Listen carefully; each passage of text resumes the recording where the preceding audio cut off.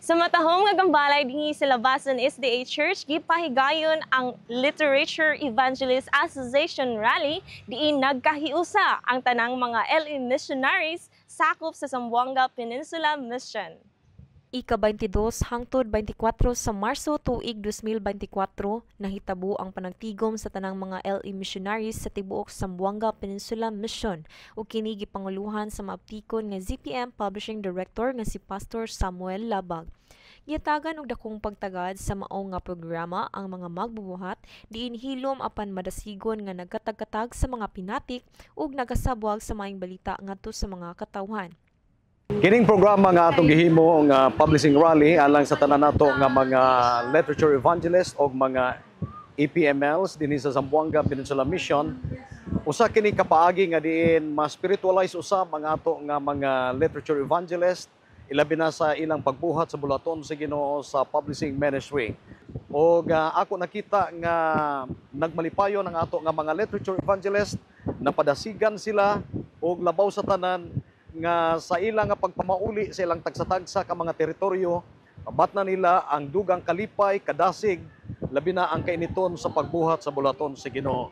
Ang presensya ug mensahe ni Pastor Elmer Abista, ang kasamtangang Publishing Director sa Southwestern Philippine Union Conference, nagpadasig sa tanang mga LE missionaries ug mga kaigsuonan ug naghatag gibugaton sa kamahinungdanon ni ining TMI o Total Membership Involvement sa pagpadali sa buhat sa Dios. Ang ato nga total member involvement importante kayo alang sa kauswagan sa buluhaton sa Ginoo.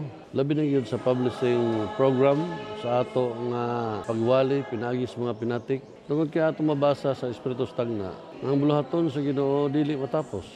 Hangtod nga ang malalaki ug babae, batan-on, tanan magkahiusa alang sa duso sa buluhaton sa Ginoo.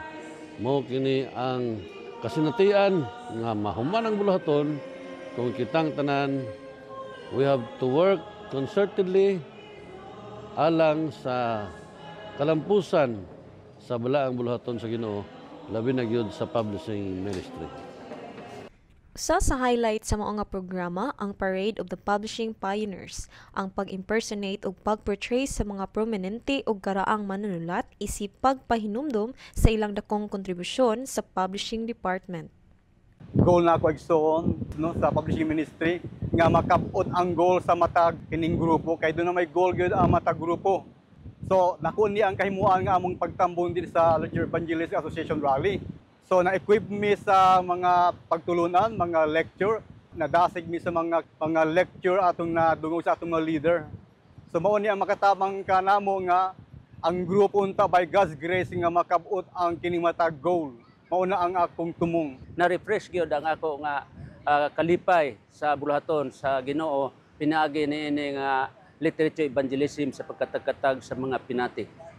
O alang sa ako nga nakatuna niini nga programa karon sa rally, daghan kayo ug usa nini mao gyud ang pag-focus sa mao nga buluhaton niini nga tuig nga diin na refocus gyud nako ang ako nga pagbati ug paghuna-huna sa mao nga goal niini tuiga.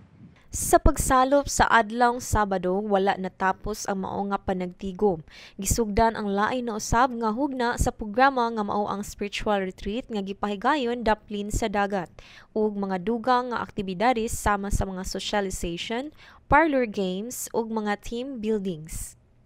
Ako usab ginapadasigan ang tanan nga mga kaigsuonan sa pag-apil alang sa buhat sa Ginoo. Ilabi na sa pagkatag-katag sa mga pinatik.